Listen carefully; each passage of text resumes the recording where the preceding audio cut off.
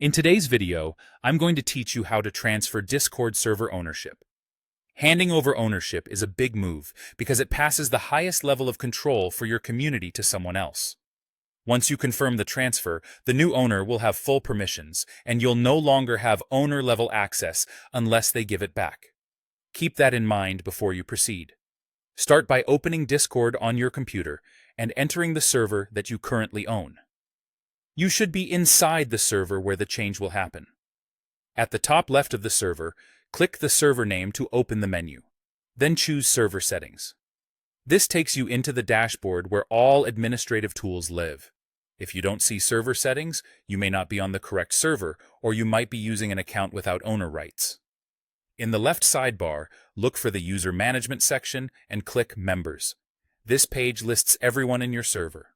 Make sure the person you plan to promote is already a member, and that you trust them with full control of the community, its settings, channels, integrations, and any billing or moderation decisions that go with it. Find that member in the list. You can scroll or use the search bar to locate them faster. When you see their name, click the three dots next to it and select Transfer Ownership.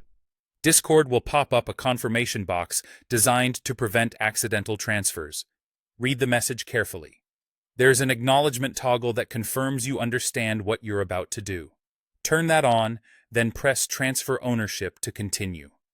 If your account has two-factor authentication enabled, Discord will ask for your 2FA code before completing the transfer. Open your Authenticator app, grab the current 6-digit code, and enter it promptly, as these codes expire every 30 seconds.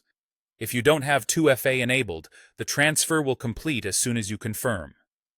Either way, these checks help prevent accidental loss of control and keep your community safer. After you confirm, ownership moves to the selected member. You'll remain in the server as a regular member or with whatever role you previously held, but the owner badge and ultimate permissions will belong to the new owner. If you need owner access again later, only they can transfer it back to you. That's the entire process. Take a moment to double-check you've selected the correct person and only proceed when you're confident in the handoff. Thanks for watching, and I hope this helped you complete a smooth, secure ownership transfer in Discord.